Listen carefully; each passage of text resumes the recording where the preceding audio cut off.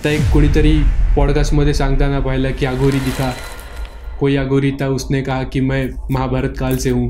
तर नाथपंथी नेमकं कोणाची सेवा करतं किंवा त्यांचं जो उग्र स्वभाव असतो किंवा तापट स्वभाव, ॲग्रेसिव्ह जे म्हणतो आपण, तर ते नेमकं पूजा कोणाची करतात किंवा तो संप्रदाय नेमका कसा आहे? बऱ्याच वेळेस तंत्र हे सायलेंटली सुद्धा वापरलं जातं.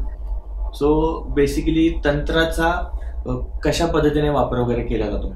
तर वुड्डू म्हणजे काय, तर तुम्ही बावलीमध्ये एखाद्या व्यक्तीला ॲज्युम करून त्याच्याशी काही गोष्टी करू शकता, त्याला ठीकही करू शकता, त्याला त्रासही देऊ शकता. तर नागा साधू आणि अघोरी यांच्यात किती फरक असतो? तुम्ही जर नाथपंथी संन्यासी बघितले असतील, ज्यांना कानफाडे म्हणतात, त्यांचे कान इथून पूर्ण छेदलेले असतात.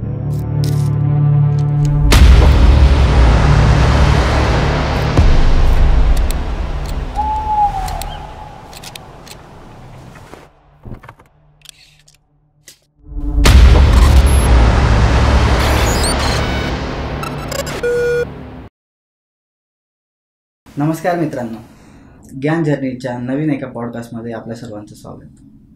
आज आपण तंत्र आणि मंत्र साधनेवर चर्चा करणार आहोत. त्यासाठी आज आपल्याला विशेष अतिथी लागले आहेत निशिकांत जोशी, जे तंत्रमंत्र आणि साधनेचे जाणकार आहेत. तर जाणून घेऊया यावर सखोल माहिती. सर नमस्कार. नमस्कार. सर्वप्रथम आपण आपला पूर्ण परिचय द्यावा. मी प्रोफेशननी आर्टिस्ट आहे. Painting, sculpture, mural. Madwork studio नावानी माझा स्टुडिओ आहे. यूट्यूबला चॅनल पण आहे मॅडवर्क स्टुडिओ, ज्याच्यात सेम ज्या टॉपिकवर तुम्ही काम करताय त्या टॉपिकवरती मी सुद्धा काम करतो. त्याच्यावर माझी माहिती असते. तंत्र, अध्यात्म आणि इतर विषयामध्ये थोडाफार अभ्यास आहे. नर्मदा परिक्रमा केलेली आहे आणि अनेक साधुसंत असतील, सिद्ध असतील, यांचा सहवास लाभला आहे. थोडीफार कृपा आहे असं म्हणता येईल. छान. सुरुवात करूयात आपण पॉडकास्टला. सगळ्यात पहिल्यांदा आपण जो विषय निवडला आहे तो लोकांपर्यंत चांगल्या पद्धतीने जाणं महत्त्वाचं आहे. तर तंत्र मंत्र एकदम बेसिक पासून नॉर्मली काय प्रकार आहे किंवा तंत्र म्हणजे काय हे थोडक्यात तुम्ही सांगा. राईट. काय ना, आपल्याकडे कन्फ्युजन खूप आहे गोष्टीला घेऊन. लोकांना वाटतं की तंत्र म्हणजे काहीतरी अशी निगेटिव्ह गोष्ट आहे की ज्याला कोणाचं तरी वाईट होतं ज्याच्यामुळे, किंवा एखादी अशी गोष्ट ज्याच्यामुळे कोणाचं भलं होऊ शकत नाही. तंत्राच्या बाबतीमध्ये जगभरात खूप मिसकन्सेप्ट्स आहेत, पण लोकांना हे माहिती नसेल. असं म्हणतात लोक की बाहेरच्या जगातली जी दुनिया आहे किंवा बाहेरच्या परदेशातले लोक आहेत ते खूप पुढारलेले आहेत, किंवा ते बघा किती टेक्नोसेव्ही आहेत आणि आपण बघा कुठे तंत्रमंत्रात अडकलेलो आहे. बट ॲक्च्युली असं नाही आहे. तंत्र हा पूर्ण जगभरात चालणारा विषय आहे आणि तो निगेटिव्हली वापरला जातो म्हणून आपल्याला वाटतं की तो निगेटिव्ह आहे. पण तुम्हाला जर उदाहरण द्यायचं झालं तर तुमच्या घरामध्ये जी सत्यनारायणाची पूजा होते किंवा वास्तुशांतीची पूजा होते, हे आपल्या घरात होणाऱ्या सामान्य पूजासुद्धा तंत्राचा एक भाग आहे. आता तुम्ही म्हणाल हे तंत्र कसं काय, तिथे तर काही लिंबू बिंबू कापत नाहीत किंवा तिथे काही बाकी बळी दिला जात नाही. तर ॲक्च्युली तंत्राचा जर आपण विचार केला तर तंत्राची व्याख्या अशी होते जिथे यंत्र आणि मंत्र याचा वापर केला जातो, त्या दोन्हीला एकत्रितपणे तंत्र म्हणतात. जर तुम्ही मराठीमध्ये ऐकलं तर तांत्रिक कारणामुळे आम्ही हा पॉडकास्ट प्रोड्यूस करू शकत नाही किंवा हा कार्यक्रम येणार नाही. मग तांत्रिकचा टेक्निकल, तांत्रिक म्हणजे टेक्निकल. आता एवढं बेसिक आहे, आपण लहानपणीपासून ऐकतोय. म्हणजे लहानपणी दूरदर्शनवरती सांगायचे काही तांत्रिक कारणामुळे आम्ही हा कार्यक्रम प्रक्षेपित करू शकत नाही. मग त्याच्यातलं जे तांत्रिक आहे त्याचा अर्थ टेक्निकल होतो. सेम आपल्या अध्यात्मामध्ये, आपल्या शास्त्रामध्ये सुद्धा टेक्निक याला तांत्रिक, म्हणजे तांत्रिक कारण, त्याला आपण तंत्र म्हणलं. म्हणजे ते दोन गोष्टी वापरल्या जातात. एक असतात मंत्र आणि दुसरं असतं यंत्र. तुम्हाला यंत्र खूप माहिती असतील, श्रीयंत्र आहे, दत्तयंत्र आहे, पण ही झाली खूप मोठी यंत्र. तुम्ही जर आदिवासी क्षेत्रात गेलात तर ते आता अगदी सोपं, जेव्हा आपण नैवेद्य ठेवतो, नैवेद्याखाली चौकोन काढतो किंवा वर्तुळ काढतो, ते काय, ते एक प्रकारचं यंत्र आहे की एखादी अशी आकृती ज्याच्यामध्ये तुम्ही मंत्राच्या साहाय्याने काही गोष्टी करता आणि त्याला एकत्रितपणे आपण तंत्र म्हणतो, जे आपल्यावरती परिणाम करतात. सो ह्या सगळ्या गोष्टींना आपण जेवढं लवकर आणि जेवढं चांगलं समजून घेऊ तेवढं सगळ्यांचा फायदा होईल आणि या उपयोगाच्या गोष्टी आहेत, पॉझिटिव्हिटीसाठी याचा उपयोग करता येतो. ओके. सो बेसिकली तंत्राचा कशा पद्धतीने वापर वगैरे केला जातो? आपल्याकडे प्रचलित आत्ता असा आहे ज्याला लोक म्हणतात की जारण मारण, उच्चाटन, वशीकरण वगैरे वगैरे.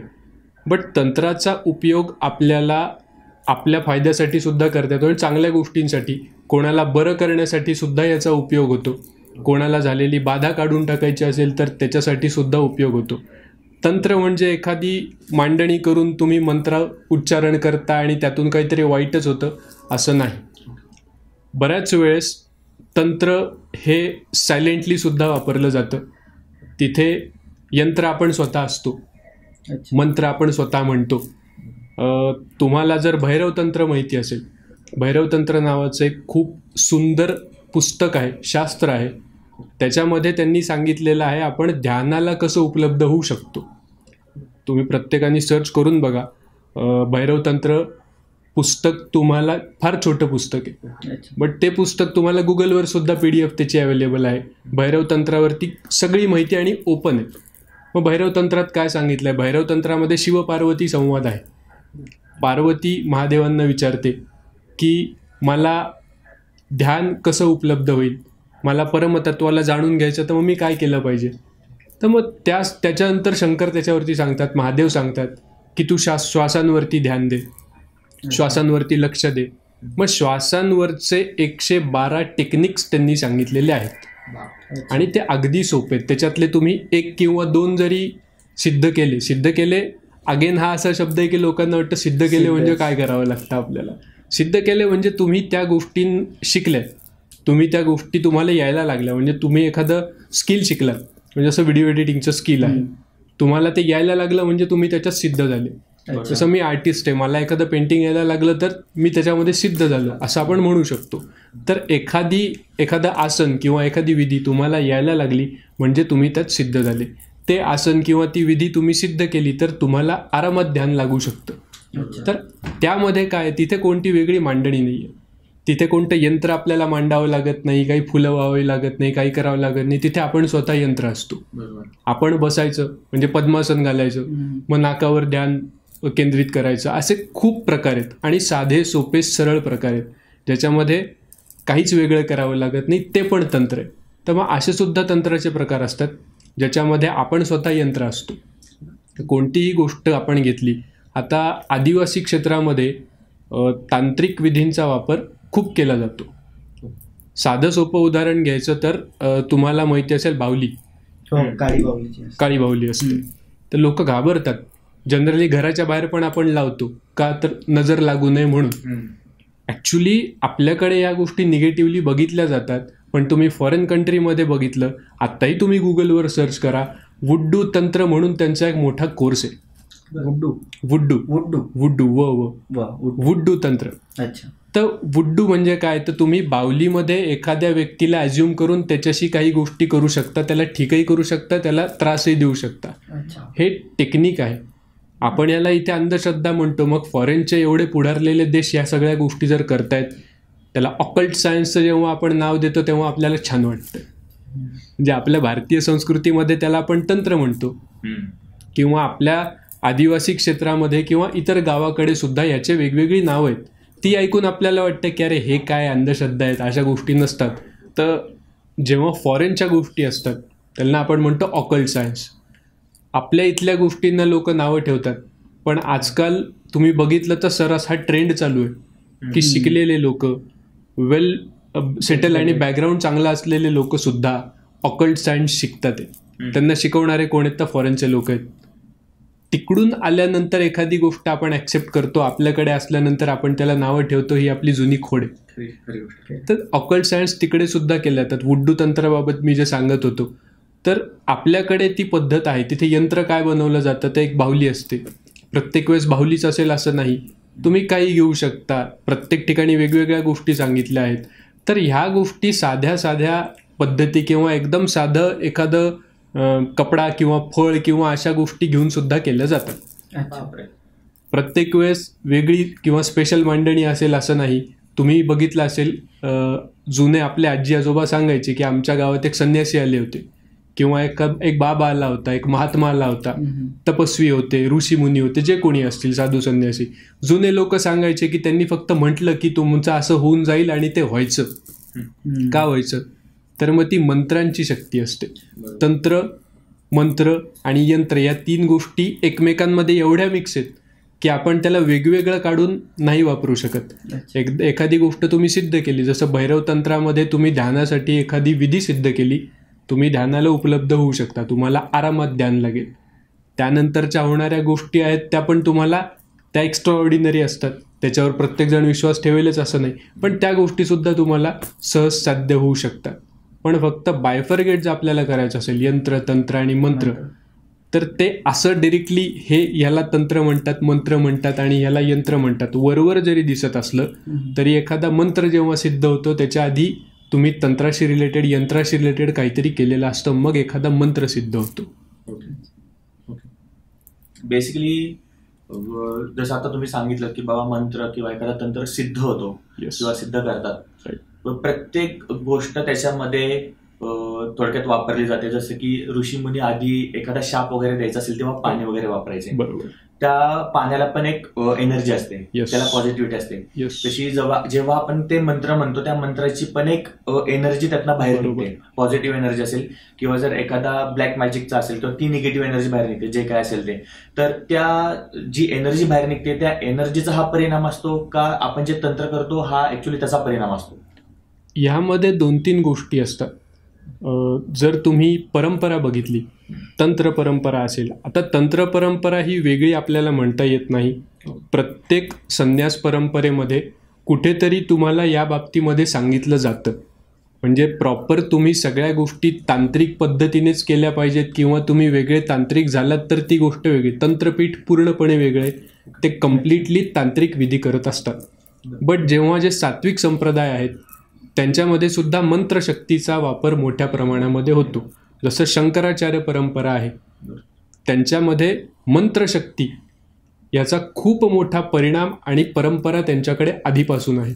आपल्या पूर्ण सनातन संस्थेमध्ये सात्विक साधना ह्याला महत्त्व खूप दिलं आहे. तंत्रपीठ वेगळं असायचं आणि सात्विक साधनेचं वेगळं पीठ असायचं. त्याप्रमाणे वेगवेगळे संन्यास आचरण किंवा संन्यासांचे जे आखाडे असतात ते सुद्धा वेगवेगळे केले गेलेले आहेत. तर जेव्हा आपण मंत्राच्या बाबतीत विचार करतो तेव्हा एखादा मंत्र आहे, तुम्ही एखादी गोष्ट मला बोललात, ती माझ्यासोबत होईलच आपण नाही सांगू शकत. म्हणजे आपल्याला पूर्वी म्हणायचं की हे ईश्वरा सगळ्यांना चांगली बुद्धी दे, आरोग्य दे. आपल्याला काय सांगायचं? सगळ्यांसाठी तुम्ही प्रार्थना करा. विश्वासाठी प्रार्थना करायला सांगणारी आपली संस्कृती आहे, आपला सनातन धर्म आहे. ह्यामध्ये काय सांगितलं जायचं की तुम्ही जेवढे पॉझिटिव्ह आहात तेवढी पॉझिटिव्हिटी तुमच्याकडे येईल.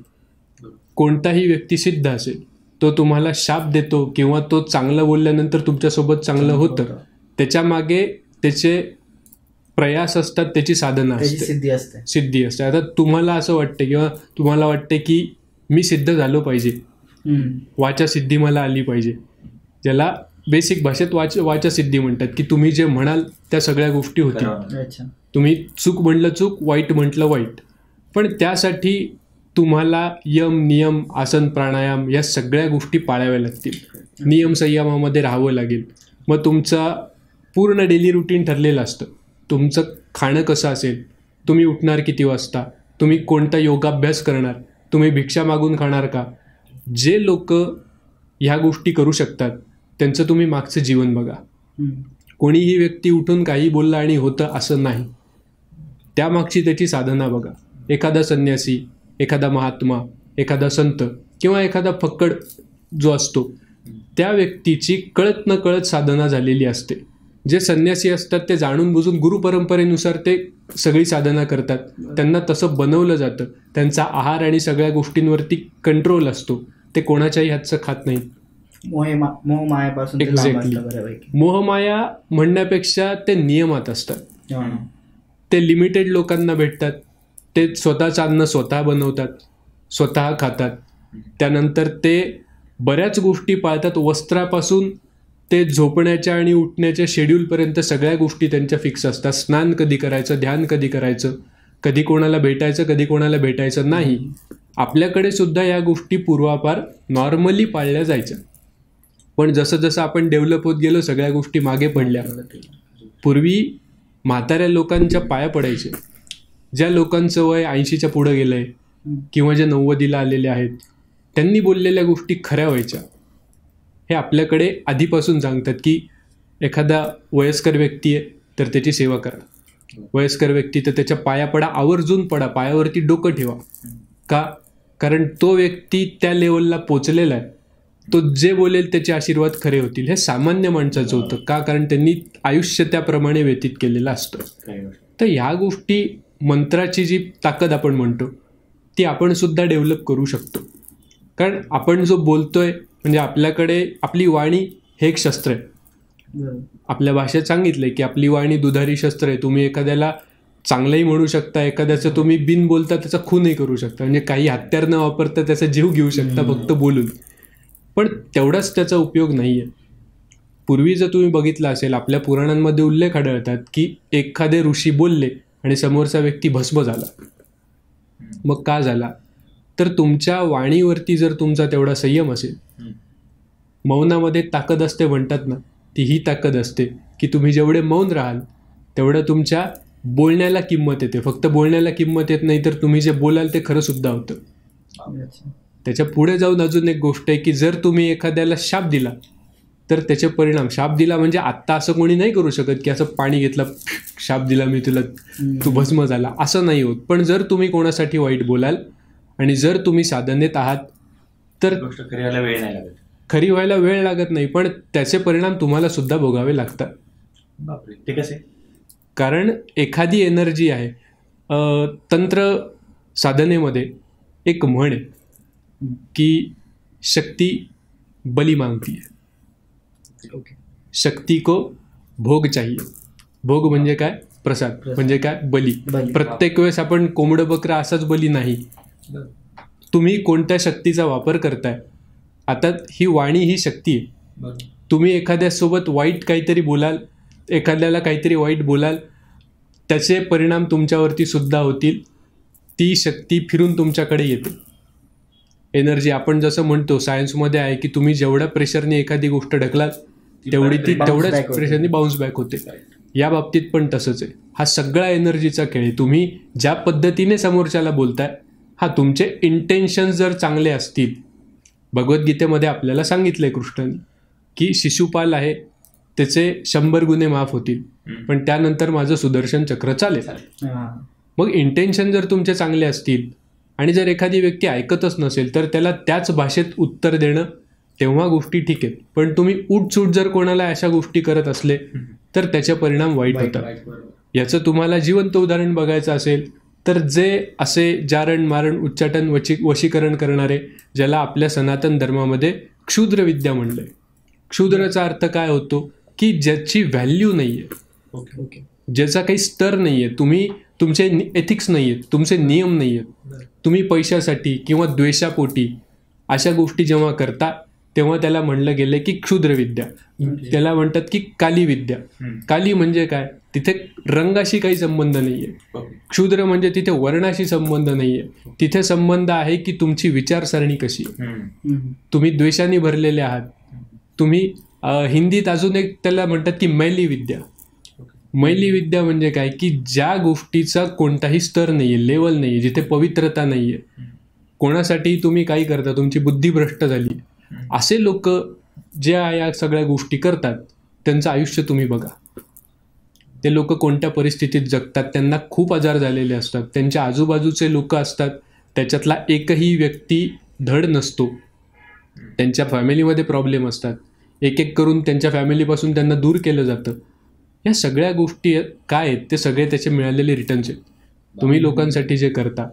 म्हणून आपल्याकडे सांगितलंय की कोणताही संन्यासी, तुम्ही तंत्रपीठातला कितीही मोठा संन्यासी, कोणताही व्यक्ती, त्याच्याकडे तुम्ही जा आणि त्याला म्हणा की मला या व्यक्तीसाठी असं असं करायचं आहे, यांनी मला त्रास दिला आणि मला याचं काहीतरी वाईट करायचं आहे, जेणेकरून ह्याला मला धडा शिकवायचा आहे.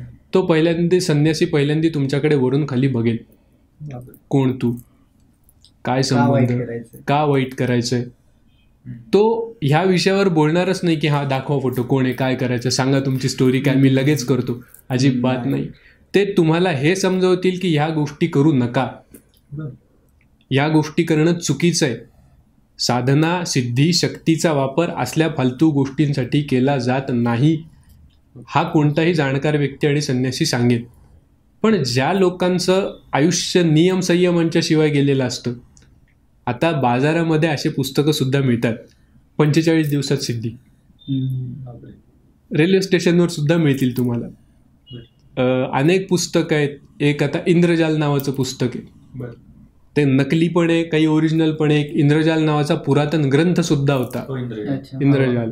पण आता इंद्रजाल किंवा रावण संहिता, माया मच्छिंद्र अशा काही नावानी, लाल किताब नावानी, अगदी आपण ज्याला शुल्लक म्हणू त्या टाईपचे बारीक बारीक असे पुस्तकं बनवतात.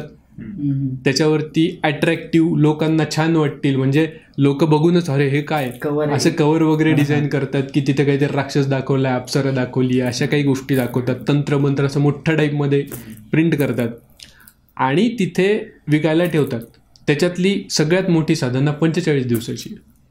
म्हणजे ज्या गोष्टींसाठी, एखादी सिद्धी मिळवण्यासाठी किंवा एखादी विद्या मिळवण्यासाठी लोकांचं आयुष्य जातं, इथे ते दावा करतात की 45 दिवसांमध्ये तुम्हाला एखादी सिद्धी मिळेल. जसं काही अप्सरा साधना किंवा अशा कर्णपिशाचिनी. आणि हा ट्रेंड आहे सध्या, फॅड आहे. लोकांना साध्या गोष्टी नको आहेत.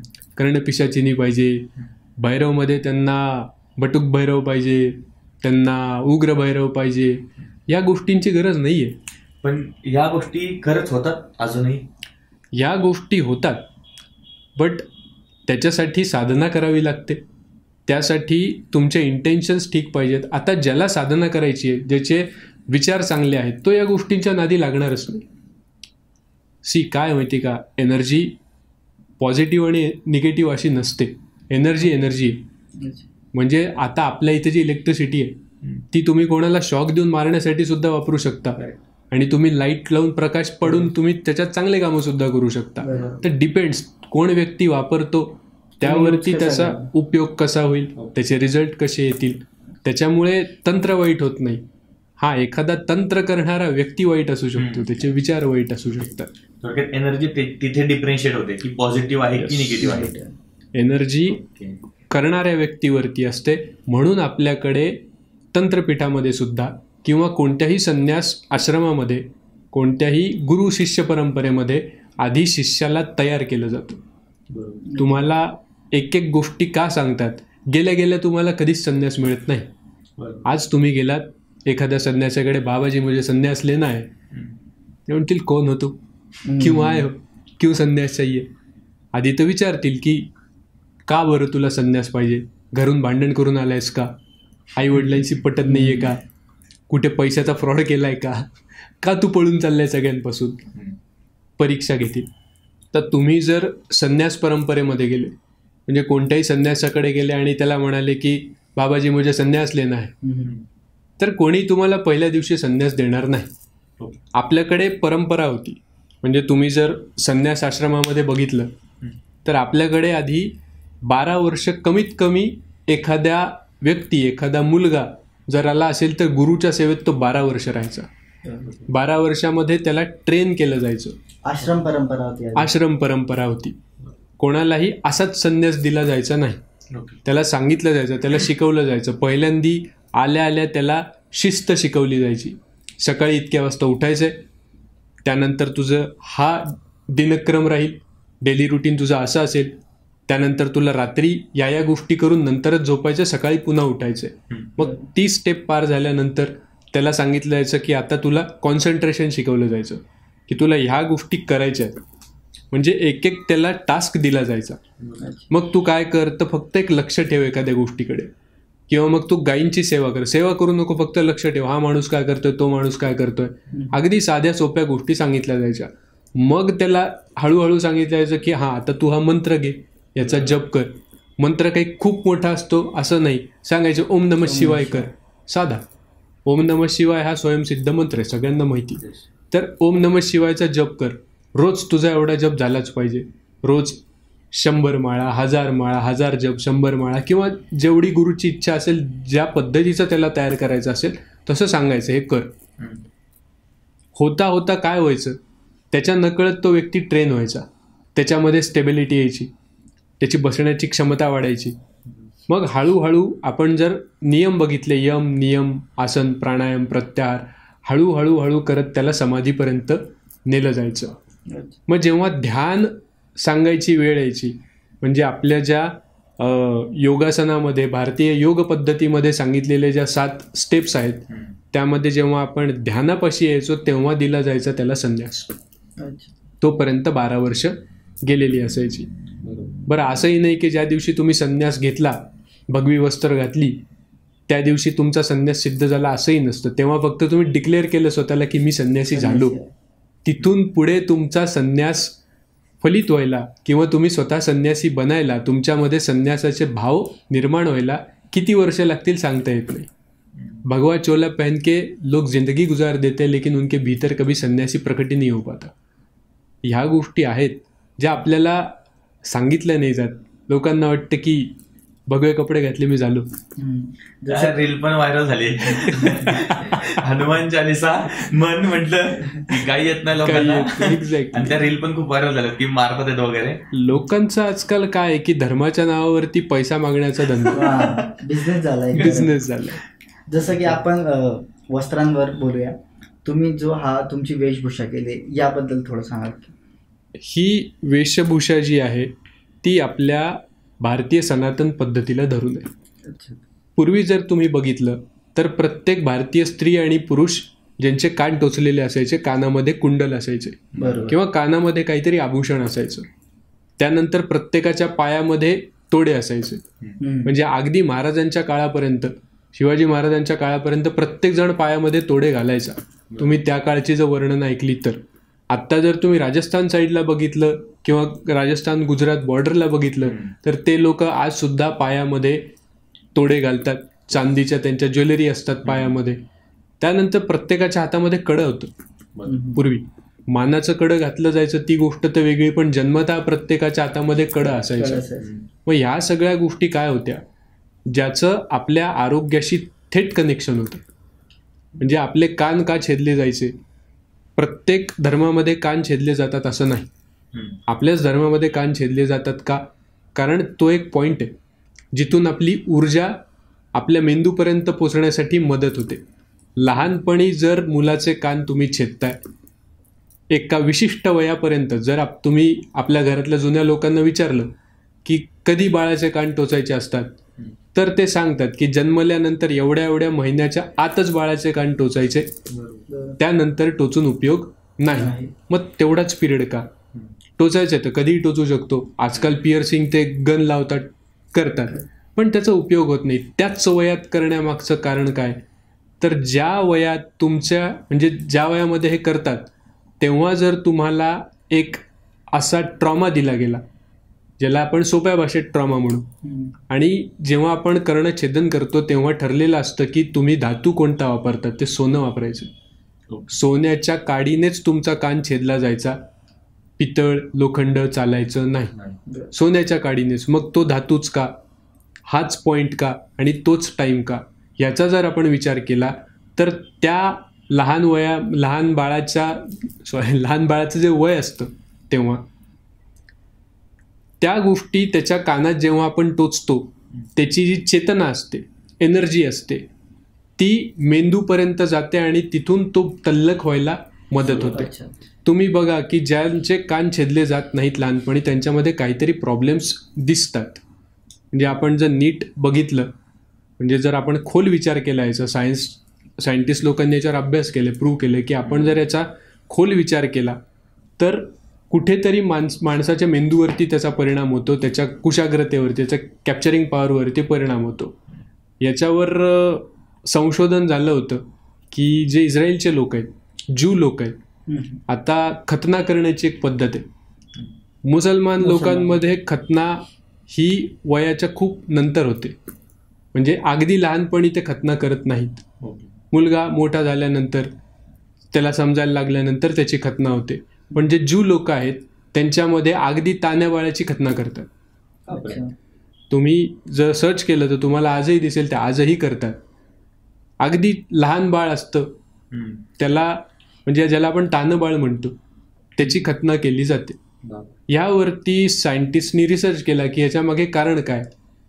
तुम्ही जर बघितलं तर ज्यू लोक ही प्रचंड टॅलेंटेड आहेत. आज जगावरती राज्य करतात ते. म्हणजे मार्क झुकरबर्ग झाला किंवा असे अनेक आहेत जे ज्यू आहेत. इस्रायल त्यांचा देश आहे. आणि ह्या सगळ्या गोष्टीं थ्रू त्यांच्यावर झालेले संस्कार आणि कोणती एक गोष्ट आहे की ज्याच्यामुळे ते एवढे टॅलेंटेड झाले, एवढे हुशार झाले. तर एक गोष्ट सापडली सायंटिस्ट लोकांना की जेव्हा त्यांची खतना केली जाते, जेव्हा त्यांच्या शरीरातल्या मूत्र भागाचा, ज्याला आपण लिंग म्हणतो, त्याचा एक भाग कापला जातो, तिथे स्किन कापली जाते, तिथे त्यांना ट्रॉमा दिला जातो लहानपणी. त्यानंतर जी आपली एनर्जी सेक्समध्ये जाणार असते ती कमी जाते. लहानपणी तिथे ट्रॉमा लागल्यानंतर एनर्जीला त्या गोष्टीचा एक सेन्स होतो की नाही, आपल्याला खाली नाही वर जायचं. नॅचरली कोणत्याही व्यक्तीची एनर्जी ही वरून खाली जात असते गुरुत्वाकर्षणाच्या सिद्धांतानुसार. तंत्र काय किंवा ध्यान काय किंवा अध्यात्म काय की खाली जाणारी एनर्जी आपल्याला वर न्यायची. मग ह्याचा एक प्लॅन म्हणा किंवा याची सोय त्यांनी लहानपणीच करून ठेवली की लहानपणीच आम्ही त्याला तिथे असा काही आघात करू की ती एनर्जी खाली जायच्या ऐवजी वर जाईल. मग त्याचा त्यांना वेगळ्या पद्धतीने सुद्धा एक नुकसान भोगावं लागलं. त्यांच्याकडे फर्टिलायझेशन कमी आहे, त्यांच्याकडे लोकसंख्या त्यांची कमी आहे, बुद्धी तुमची किंवा तुमची एनर्जी जर खालच्या साईडला जात नाही आहे, सेक्स एनर्जी तुमची कमी होती आहे, तुम्ही टॅलेंटेड व्हाल पण मग तुमची लोकसंख्या कशी वाढेल.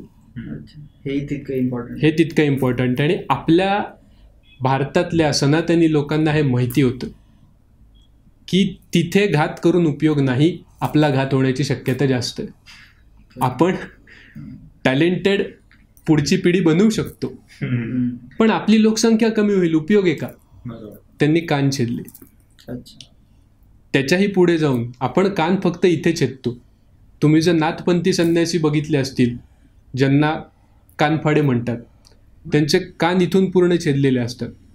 कानाचा जो खोलगट भाग दिसतोय तुम्हाला, तर या खोलगट भागामध्ये पूर्ण होल केलं जातं आणि तिथून ते मुद्रा घालतात. मुद्रा म्हणजे कुंडल. एवढे जाड कुंडल असतात. तुम्ही बघा, तुम्हाला सापडेल. नाथपंथी संन्यासाचं ते लक्षण आहे. एकमेव असा नाथ संप्रदाय आहे ज्यांच्या कानामध्ये मोठे मोठे कुंडल असतात. ते सुद्धा कोणत्या वयामध्ये छेदन करायचं हे ठरलेलं असतं. ही इथून जर तुम्ही एनर्जी छेदली, तुमची इथून जर ब्रेक केली एनर्जी कानातून, तर तुमची सेक्स एनर्जी कायमची संपते. तुमचा म्हणजे पुन्हा अगेन ट्रॉमा हा जो विषय आहे की तुम्ही जर इथे घात केला तर तुमची एनर्जी थेट मस्तिष्कात जाईल, ज्याला आपण आज कोणतं चक्र यार सहस्त्रार चक्र म्हणतो, ज्याला आज आपण सहस्त्रार चक्र म्हणतो. तर सहस्त्रार चक्र तुम्हाला जागृत करायचं असेल त्यासाठी हे उपाय दिलेले आहेत. कान छेदणे आपण छोट्या पद्धतीत छेदतो. ज्यांना डिरेक्टली छेदायचे असतात, ज्यांना थेट संन्यासात उतरायचं असतं, ज्यांचा पुढची पिढी निर्माण करणे, सेक्स आणि मग पुढचं आपला वंश वाढवणे याच्यामध्ये त्यांचा संबंध नसतो, ते इथे छेदन करून घेतात. ते झटका प्रकार पण एक असतो ना नाथपंथीमध्ये, काय जे नागा साधू असतात, नागा साधन्यासींमध्ये झटका प्रकार असतो. आता काय सांगतो. मी परिक्रमेमध्ये जेव्हा होतो, नर्मदा परिक्रमेमध्ये, तेव्हा मला काही संन्यासी भेटले होते. एक नागा संन्यासी माझ्या सोबत होते. तर परिक्रमेमध्ये असताना तर ते मला सांगत होते की देखो बालक, ये ज़्यादा नागाओं में मत रहना, सब नागा हमारे जैसे नहीं होते. ॲक्च्युली त्यांच्या गुरुची तेव्हा त्यांना आज्ञा होती की तुम्ही नागाचा भेस म्हणजे वेश जो असतो तो काढून ठेवा आणि फक्त भ्रमण करा. बघा, गुरूंनी त्यांना काहीतरी आज्ञा दिली होती, काही टास्क दिला होता की तुम्ही या गोष्टी बघून या फक्त, की साधू समाजात काय चाललंय किंवा कोणत्या आखाड्यात काय चाललंय, कोणत्या आश्रमात कोण काय गडबड करतोय, हे पाहण्यासाठी त्यांना पाठवलं होतं. जर एखादा नागा जो त्याच्या नेहमीच्या वेशामध्ये असतो, पूर्ण शरीराला भस्म लावलेलं असतं, रुद्राक्षाच्या माळा असतात, हातात शस्त्र असतं, व्याघ्रांबर घातलेलं असतं किंवा अजून काही असेल, अशा वेशात जर कोणता नागा कोणत्या आश्रमात गेला तर ऑलरेडी आश्रमवाले घाबरतात. सगळेजण आपोआप नियमात राहायला लागतात, काही गडबड करत नाही. मग कळेल कसं की कोणत्या आश्रमात काय चालू आहे, कोण संत, कोण संन्यासी, कोण महात्मा, किंवा कोणाच्या आश्रमात काय मिसमॅनेजमेंट होतीये का. तर हे समजून घेण्यासाठी त्याला सांगितलं होतं की तू वेश सोडून फिर. मग तो नॉर्मल भगव्या कपड्यांमध्ये फिरायचा, माळा आणि त्रिशूळ सगळ्या गोष्टी सोबतच्या त्यांनी ठेवून दिल्या होत्या. त्यांनी मला सांगितलं की नागाओं के साथ बालक ज़्यादा घूमो मत, सब नागा ऐसे नहीं होते, बातों बातों में खींच लेंगे तुम्हारा घंटा तो फिर क्या करोगे. मैं बोला बाबा जी ये क्या है. नहीं ये होता है, नागा सन्यासी होते और नागा होते, उनके पास इतना सब्र नहीं होता, वो साक्षात तुम्हें दर्शन करा देंगे परमात्मा का. मैं बोला ऐसे कैसे. बोले बैठो, बोले बताते हैं क्या होता है. देखो ऐसे 3-4 नागा बैठे हैं. ये नागा लोग जो होते हैं, तो त्यांनी सांगितलं, नागा जो होते हैं वो अड़भंगी होते हैं, वो अपने मन की सुनते हैं, आप उन्हें बांध नहीं सकते. देखो कोई संप्रदाय से है, कोई अखाड़े से है, कोई आश्रम से है, और वो ऐसी कोई ऊटपटांग चीज़ नहीं करेगा कोई सन्यासी. उनकी विधि होती है कि किसी को अगर सन्यास देना है तो क्या करना है, फिर गुरु बुलाएंगे, फिर कान में मंत्र देंगे, फिर और कुछ चीज़ें होगी, हर किसी की अलग अलग विधि होती है. लेकिन नागा संन्यासी असे नसतात. नागांचं असं त्यांना वाटलं की ये बहुत संन्यास कर रहा है ना, यही पे संन्यास देते इसे. अरे बाप रे.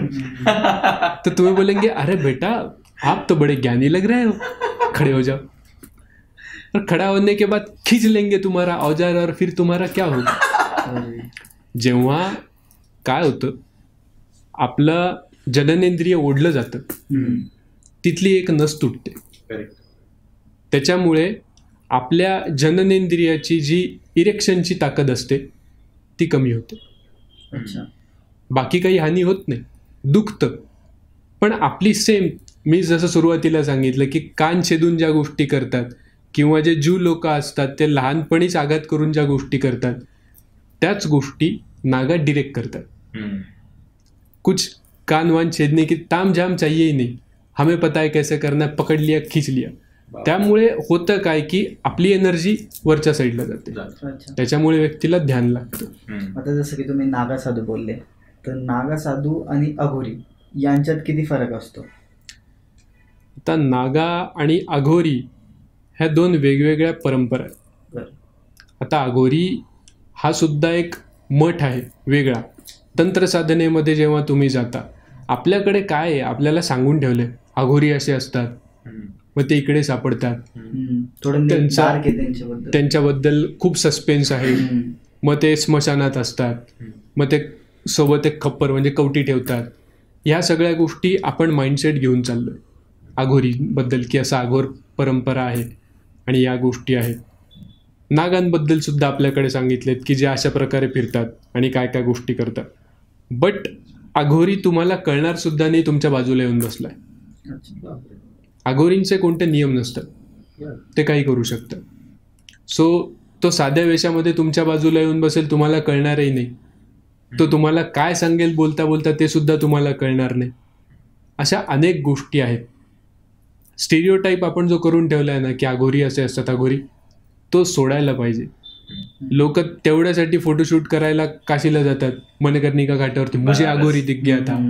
आता एक कोणीतरी पॉडकास्टमध्ये सांगताना पाहिला की अघोरी दिखा, कोई अघोरी था, उसने कहा कि मैं महाभारत काल से हूँ, ये वो ऐक. तर काय असतं या लोकांचं, ते समोरच्याची मजा कशी घेतात ना तुम्हाला कळत पण नाही. तुम्हाला वाटतं की अरे मुझे तो ऐसा आदमी मिल गया जो महाभारत काल से है. शक्य आहे का या गोष्टी? प्रॅक्टिकली पॉसिबल नाही आहे. पण समोरच्या माणसाने तुम्हाला येडा बनवला आणि तुम्ही बनले. अघोरी, नागा, नाथ किंवा कोणताही संन्यासी या गोष्टीत एक्सपर्ट असतात. समोरचा माणूस बघून, त्याची लायकी बघून त्याला उत्तर देतात. तुम्हाला काय पाहिजे. आता तुम्ही बघितलं असेल, एखादा संन्यासी असतो, तो हातातून तुम्हाला काहीतरी असं काढून दाखवतो. तुम्हाला वाटतं अरे बाबाने चमत्कार कर दिया, त्याला माहिती आहे तुमची लायकी तेवढीच आहे म्हणून तो तुम्हाला त्याच गोष्टी दाखवतो. ज्ञान क्यों बताएगा तुम्हें? खरी गोष्ट आहे. तुम ज्ञान ले ही नहीं सकते, तुम्हारी औकादी नहीं है तो तुम्हें ज्ञान नहीं बताएगा. त्याला माहिती आहे की ह्याच्यापासून पिछा कसा सोडवायचा, याला काय पाहिजे चमत्कार, याला काय पाहिजे काहीतरी असं पाहिजे की खलबली तहलका, मग तो त्याच गोष्टी सांगणार, भलेही तो खोटं सांगेल. बरोबर. आणि समोर त्यांच्याकडे ती पॉवर असते की ते अशा कन्व्हिक्शननी सांगतात की समोरच्याला वाटेल अरे खरंच यार कृष्ण यांच्या समोरच उभे होते आणि यांनी साक्षात भगवान श्रीकृष्णांना बघितलेलं असणारे हा बाबा बोलतोय म्हणजे आहे. चूरण दे दिया भेज दिया उसको, वो आदमी अब चिल्ला रहा है सब तरफ बता रहा मैंने ऐसा आदमी देखा. अशा गोष्टी नसतात. संन्यासी कोणताही असो त्याच्यापासून आधी तर 10 हात दूर राहा. बाबा से उलझने कभी मत जाना, दूर से प्रणाम करो, जय बाबाजी बोलो, नमस्कार करो, निकलो. जर संन्यासाकडून काही समजून घ्यायचं असेल तर त्याची सेवा करा, जाऊन फक्त त्याच्यापाशी बसा. प्रश्न विचारायची आपली लायकी नाही. काय विचारणार आपण? तो माणूस संन्यास घेऊन बसलाय, ज्ञान आहे त्याच्याकडे सगळे, आपण त्याला विचारून विचारून काय विचारणार? आपली तेवढी पात्रता नाही आहे ना, आपण त्याच्या ज्ञानाशी बरोबरी करू शकतो ना आपण त्याच्या साधनेशी बरोबरी करू शकतो. तुम्ही फक्त जाऊन बसलात तरी तुम्हाला एवढ्या गोष्टी समजतील. आंखें खुली होनी चाहिए, इतना ही. जरा तुम्ही एक परिक्रमेतला आम्हाला जेव्हा आपण भेटलो तेव्हा एक अनुभव सांगितलेला, ज्ञानाचाच प्रकाराबद्दल तुम्ही सांगितलेला, तो एक थोडासा आपल्या प्रेक्षकांना एक सांगा. राईट. तर ॲक्च्युली मी 2-3 किस्से सांगितले होते. येस. त्याच्यातला तुम्ही परिक्रमेला असताना तुम्ही तुमचे एक कोणतरी मित्र आहेत आणि तुम्ही एक त्या सरांना भेटायला जाता, गाडी बंगला. राईट एक्झॅक्टली ते प्रश्न त्यांनी विचारलेले. जसं तुम्ही आता ह्या रिलेटेडच आहे की संन्यासी लोकांना तुम्ही आता सांगितलं की प्रश्न काय विचारणार, त्यांची सेवा करा. त्या बाबतीत थोडस काय की परिक्रमा मार्गामध्ये अनेक सिद्ध आहेत, अनेक संन्यासी आहेत. आता काही संन्यासी आहेत ज्यांची कीर्ती सगळीकडे पसरली, वय त्यांचं बरंच आहे आणि बऱ्याच गोष्टी आहेत. पण काय होतं अशा वेळेस की जेव्हा लोकांना माहिती नसतं की आपण संन्यासांशी कसं बोलावं, कसं वागावं, आणि जेव्हा त्यांना कळतं की एखादा सिद्ध व्यक्ती इथे आहे आणि आपल्या समस्यांचं समाधान त्याच्याकडे होऊ शकतं. माझ्या बघण्यातला किस्सा आहे. ते संन्यासी वय वर्ष त्यांचं 80च्या जवळपास, पण ते तरुण असल्यापासून, सिद्ध असल्यापासून त्यांची अशी पद्धत होती की सेवा म्हणून आपल्याकडे काही गोष्टी आहेत. संन्यासांचं असं असतं, जे महात्मा असतात, सिद्ध असतात, की आपल्याकडे काही गोष्टी आहेत तर त्याच्यामुळे लोकांचं भलं झालं पाहिजे, त्यांना आयुष्यामध्ये मार्ग दिसला पाहिजे. आता बरेच संन्यासी असतात ते सांगतात तुम्हाला की जे गृहस्थ असतात त्यांच्यासाठी त्यांचा सल्ला असतो की तुमचा गृहस्थाश्रम चांगला झाला पाहिजे. कधीच कोणता संन्यासी म्हणत नाही की तुमचा गृहस्थाश्रम सोडा आणि माझ्यासोबत चला, कोणीच सांगत नाही. त्यांनाही माहिती आहे की गृहस्थाश्रमी लोकांचे प्रॉब्लेम काय असतात, संसार करणाऱ्यांचे प्रॉब्लेम काय असतात. पैशाचा प्रॉब्लेम असतो, कधी कधी रिलेशनचा प्रॉब्लेम असतो, किंवा मग कधी कधी असे काही प्रॉब्लेम असतात की ज्याच्यामुळे टेन्शन येतं. मग अशा टेन्शनमधून त्यांना बाहेर काढलं तर ते पुढे जाऊन संसारातून कुठेतरी ते परमार्थ मार्गाला लागू शकतील, मनशांती त्यांना मिळेल. कुठेतरी देवाच्या मार्गाला ते लागले पाहिजेत, त्यांचं मन शांत झालं पाहिजे. कारण तुम्हाला सक्सेस तेव्हाच मिळेल जेव्हा तुमचं मन शांत असतं. तुमच्या डोक्यामध्ये चलबिचल चालू असेल तर ह्या सगळ्या गोष्टी थांबवण्यासाठी संत प्रयत्न करत असतात. मग त्यामुळे जर तुम्ही त्यांच्याकडे गेलात, कोणाला विचारलं की बाबाजी मेरा ये काम नहीं हो रहा है, स्वामीजी मेरा नहीं हो रहा है, मैं क्या करूं, मग ते म्हणतात की ठीक आहे. ते आता डायरेक्ट सांगितलं तुम्हाला तर आपल्याला कळणार नाही. जनरली एखाद्या संतांनी सांगितलं की तुझं चुकतंय, तुझा स्वभाव, तुझा अहंकार, तुझा इगो कमी कर, असं जर थेट सांगितलं आपल्याला तर आपण चिडू. या असे का बोलले, मला कसं का बोलले डायरेक्ट, म्हणजे जे माझे वडील सांगतात तेच ते मला सांगायला लागले, मग काय फरक, असं ते आपल्याला वाटू शकतं. प्रत्येक व्यक्तीला इगोवरती या गोष्टी येऊ शकतात. ते काय होतंय, कशामुळे होतंय हे सांगत नाही, ते थेट उपाय देतात की एखादा मंत्र आहे त्याचा जप कर, त्यामुळे काय होतं की मन शांत होतं, आपोआप गोष्टी नीट व्हायला लागतात.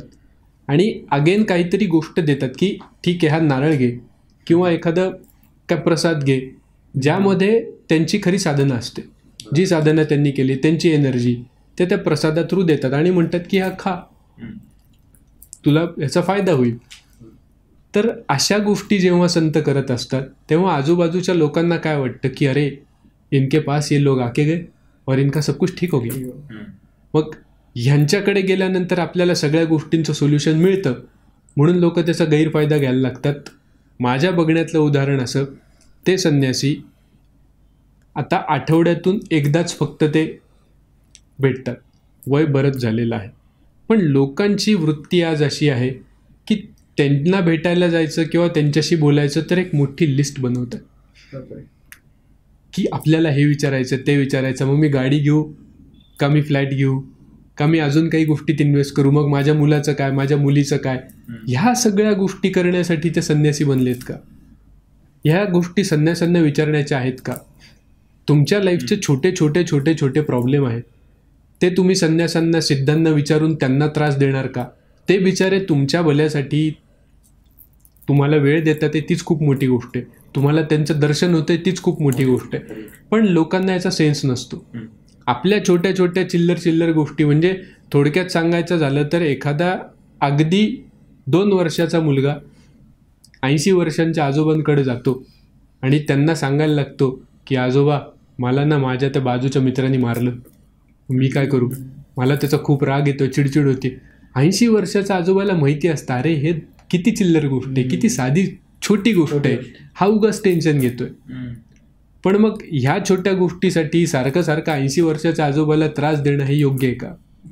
नाही. पण मग ह्या गोष्टी लोकांना समजणं आवश्यक आहे. आता संन्यासांना विचारायचं काय, म्हणजे लिस्ट मोठी घेऊन जाणार, मग तुम्ही त्यांना विचारणार. एखादे चांगले बिचारे संन्यासी असतात ते कोणाला जास्त बोलत नाहीत, महात्मा असतात, संत असतात, ते म्हणतात ठीक आहे, नाही समजत ह्याला, सोडून देतात, इग्नोर करतात. एखादा नाथपंथी भेटला तर फटकवेल यांना, ये चीजें करने के लिए सन्यासी बैठा हुआ यहाँ पे, भागो यहाँ से, हाकलून देईल, शिव्या देऊन हाकलून देईल. संन्यासांना महात्म्यांना विचारण्याच्या गोष्टी कोणत्या? म्हणजे माझ्या समोर तिथेच एक उदाहरण आहे की माझा जो मित्र होता त्यांचे ते गुरु, त्यांच्या वडिलांचे गुरु, जवळपास 2 पिढ्यांपासून ते त्यांचे गुरु आहेत. त्यांनी एक सुंदर गोष्ट गुरुजींकडे मागितली, स्वामीजींकडे मागितली, आणि माझ्यासाठी ती आयुष्यभर मार्गदर्शक ठरणारी गोष्ट, म्हणजे सगळ्यांसाठीच, की संतांकडे महात्म्यांकडे मागावं काय. त्यांनी एकच गोष्ट मागितली की महाराज मला असं काही सांगा की ज्यामुळे मरताना परमात्म्याचं नाव माझ्या तोंडात येईल. जेव्हा माझा शेवटचा क्षण असेल तेव्हा माझ्या मुखातून देवाचं नाव आलं पाहिजे, मी काय करू. ह्या गोष्टी विचारायच्या असतात. संन्यासांना जाऊन तुम्ही हे विचारा की माझं ध्यान कसं होईल, माझं कॉन्सन्ट्रेशन कसं होईल, मी एका जागी जास्त वेळ नाही बसू शकत, माझी चिडचिड होते, माझा पेशन्स नाही, मग मी काय करू. ह्या गोष्टी विचारण्यासारख्या आहेत. किंवा मला परमात्मा प्राप्ती करायची आहे किंवा मला भगवंताचं दर्शन पाहिजे, असे उलटसुलट प्रश्न पण विचारू शकता, पण देवाशी रिलेटेड आहे, तुम्ही जेन्युअनली विचारता. ते उगाच खोडी काढायची म्हणून जर गेलात तर संन्यासी पण तुम्हाला तसंच गोष्टी सांगतील, गोष्टी करतील. पण मग आपल्यालाही समजलं पाहिजे की संन्यासांना विचारायचं काय, महात्म्यांना कोणत्या प्रकारे प्रश्न विचारले पाहिजेत. विचारायची गरजही नाही, तुम्ही त्यांच्यापाशी जाऊन बसलात तरी त्यांच्या वागण्या बोलण्यातून खूप गोष्टी आपल्याला समजतात. तर असे बरेच किस्से. जसं की तुम्ही नाथपंथांचं बोलले, तर नाथपंथी नेमकं कोणाची सेवा करतात किंवा त्यांचं जो उग्र स्वभाव असतो किंवा तापट स्वभाव, ॲग्रेसिव्ह जे म्हणतो आपण, तर ते नेमकं पूजा कोणाची करतात किंवा तो संप्रदाय नेमका कसा आहे याबद्दल आम्हाला माहिती आहे. नाथ संप्रदाय जो आहे तो भगवान शिव म्हणजे महादेवांची, आदिगुरु महादेवांची पूजा करतो. तर भगवान शिव, आदिगुरु महादेव म्हणजे एकच, जरी नावं वेगवेगळी असली तरी त्यांच्याकडे शिव आणि शक्ती या 2 तत्वांची पूजा होते. नाथ संप्रदाय हा हठयोगावरती जास्त प्रभावित आहे, म्हणजे त्यांचा होल्ड हठयोगावरती जास्त आहे. हठयोग, योगा नाही, योग. आपण जनरली काय करतो, योगा.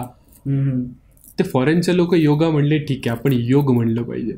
तर हठयोग हा त्यांचा मूळ गाभा आहे. हठयोगाचा अर्थ काय की तुम्ही ध्यानाला उपलब्ध होत आहे, तुमचं सहस्त्रार चक्र तुम्हाला जागृत करायचं किंवा तुम्हाला समाधी अवस्थेत जायचं, मग तुम्ही असं बसून समाधी अवस्थेला पोचा, किंवा मग हा पाय डोक्याच्या मागे घेऊन किंवा एका पायावर उभं राहून त्या पद्धतीने पोचा. तुम्हाला पोचायचं ते एकाच जागी.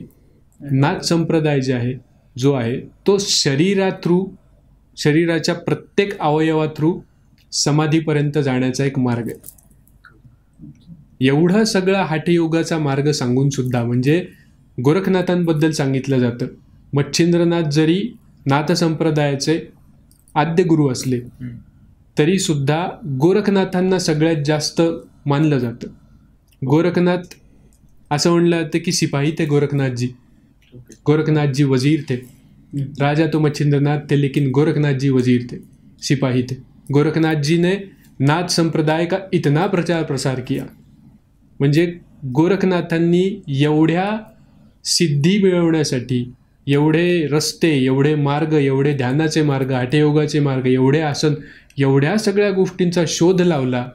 हजारो गोष्टींचा शोध लावला आहे. त्या सगळ्या लिहिलेल्या आहेत.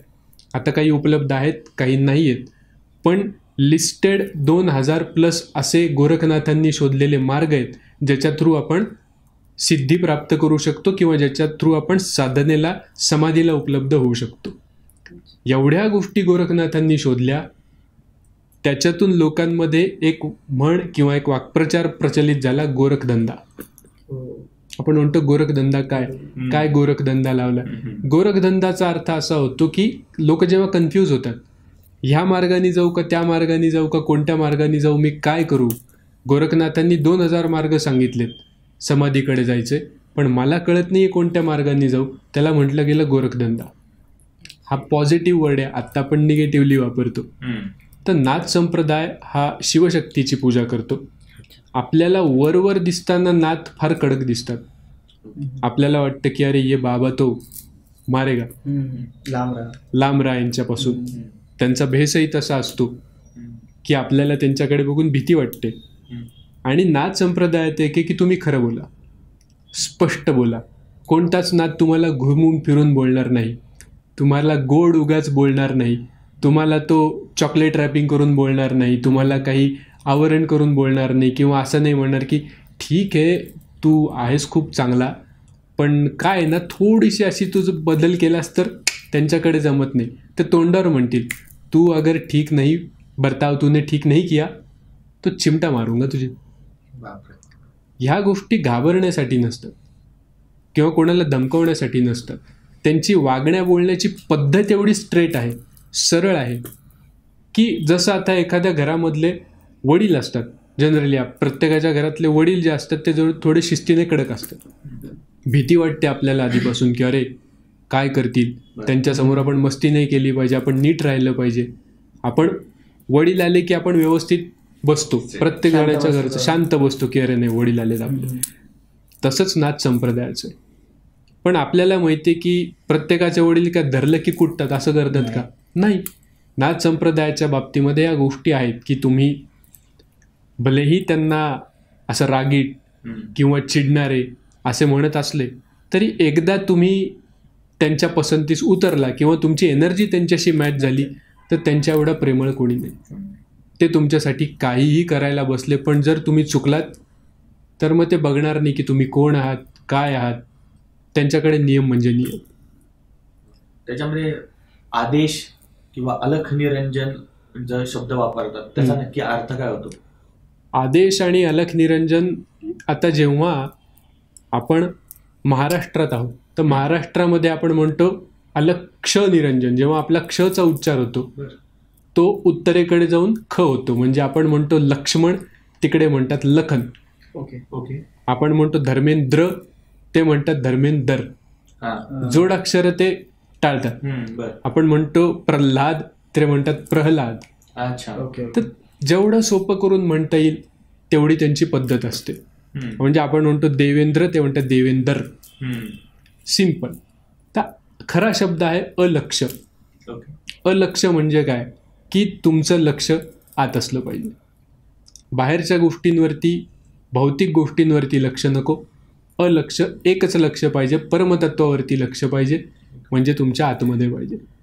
नाथ सगळ्या गोष्टी सांगून काय सांगतात म्हणजे नाथ संप्रदायाची खासियत आहे. गोरखनाथांनी 2000पेक्षा जास्त मार्ग शोधले वेगवेगळे. हठयोगामध्ये तुम्ही जर आसन बघितले तर असे असे आसन आहेत की आपल्याला बघून चक्कर येईल, की अशा प्रकारच्या विधी आहेत की जे आपल्याला विचार करून सुद्धा अंगावर काटा येतो की एवढं अवघड आपण कसं करू शकू.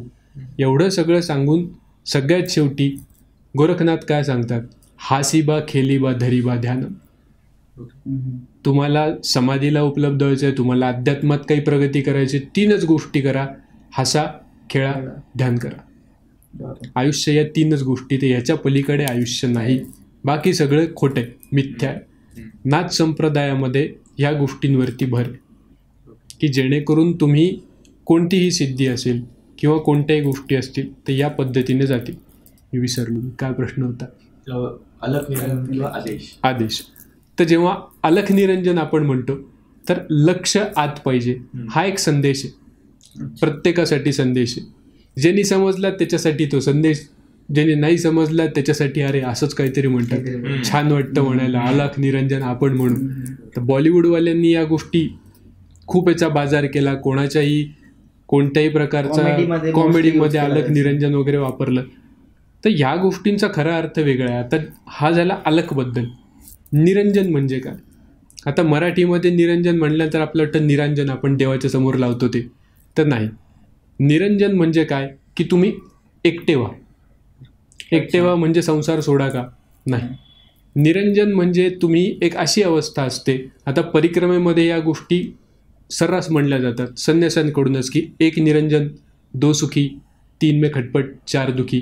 परिक्रमावासी जेव्हा चालत असतात तेव्हा ते संन्यासी सांगतात की 1 निरंजन, एकटा चालला असेल तर तो निरंजन, म्हणजे तो त्याच्या मस्तीत, तो त्याच्या धुंदीत एनर्जीशी प्रॉपर कनेक्ट होतो.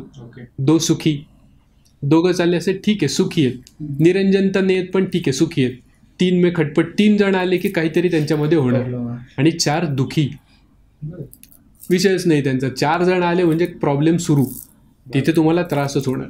तर तो जो निरंजन की तुम्ही एकटे चला, एकटे राहा, तुम्हाला नाथ कधीही ग्रुपनी फिरताना दिसणार नाही. भलेही त्यांचे आखाडे असले, भलेही त्यांचे आश्रम असले, सगळ्या गोष्टी असल्या तरी जेव्हा नाथ भ्रमण करत असतो तेव्हा नाथ एकटा फिरतो. कोणताही नाथ संन्यासी एकटाच राहतो. कुटिया असेल त्याची, तो एकटा राहतो, त्याचा निवास एकटा असतो, त्याला म्हणतात निरंजन. हे कोणासाठी, हे छोट्या छोट्या गोष्टी आहेत पण आपल्याला त्याच्यातून ते संदेश देत असतात. नाथ संन्यासी जेव्हा कुठे भिक्षा मागायला जातात ना, आवाज देतात, म्हणजे साद देतात, हाक देतात, अलख निरंजन. समोरच्याला सांगत असतात की लक्ष तुमचं आत पाहिजे, तुम्ही हे सगळे अडकलेले आहात, हे मोहमाया, ह्याच्यातून तुम्हाला कधीतरी दूर, निरंजन व्हा, एकटे व्हा, आतमध्ये जा, ध्यानात जा.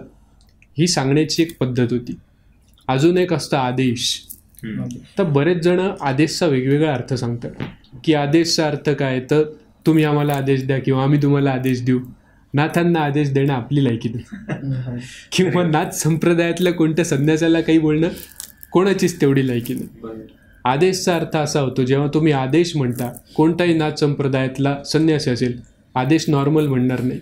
तर जेव्हा आपण आदेश म्हणताना ऐकतो नाथ संप्रदायातल्या संन्यासांना, तर तो त्यांचा एकमेकांना प्रणाम करण्याची पद्धत आहे. जसं कोणी भेटल्यानंतर हरिओम म्हणतं, कोणी सीताराम म्हणतं, राम राम म्हणतं, कोणी नमो नारायण म्हणतं, कोणी जय गुरुदेव म्हणतं, अशा बऱ्याच गोष्टी आहेत. तर तसं एकमेकांना नमस्कार करण्याची त्यांची एक पद्धत आहे, तेव्हा ते बोलताना म्हणतात आदेश. तर आदेशचा असा अर्थ नाही आहे, म्हणजे लोकांना असं वाटतं की आम्ही तुम्हाला आदेश देणार का तुम्ही आम्हाला आदेश देणार. तर आपली तर नाथ संप्रदायातल्या कोणाला आदेश द्यायची लायकी नाही आहे, आणि ते कशाला म्हणतील की आम्हाला आदेश द्या किंवा आम्ही तुम्हाला आदेश देतो, एवढा साधा त्याच्यातला अर्थ नाही.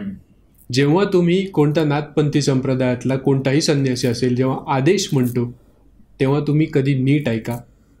तो कधीही तुम्हाला नॉर्मली आदेश असं नाही म्हणणार. तुम्ही जर नीट बघितलं तर त्याचा आवाज करण्याचा किंवा आदेश म्हणण्याची पद्धत आदेश अशी असते, लेंथ असते, आणि आवाज नाभीतून येतो. जेव्हा तुम्ही आदेश म्हणता तेव्हा तुमचा आदेश नाभीतून येणं आवश्यक असतं. ही पण एक ध्यानाची पद्धत आहे. आपल्या नाभीमध्ये 72,000 नाड्या असतात आणि जेव्हा त्याच्यावरती प्रेशर येतं, जेव्हा आपण नाभीतून श्वास घेतो तेव्हा त्या 72,000 नाड्या ॲक्टिव्ह होतात. जेव्हा आपण नाभीवरती आपल्या एखादी एनर्जी हिट होते, जेव्हा तिथे ताण येतो तेव्हा तिथल्या नाड्या ॲक्टिव्ह होत असतात, आपल्यातली एनर्जी ॲक्टिव्ह होते.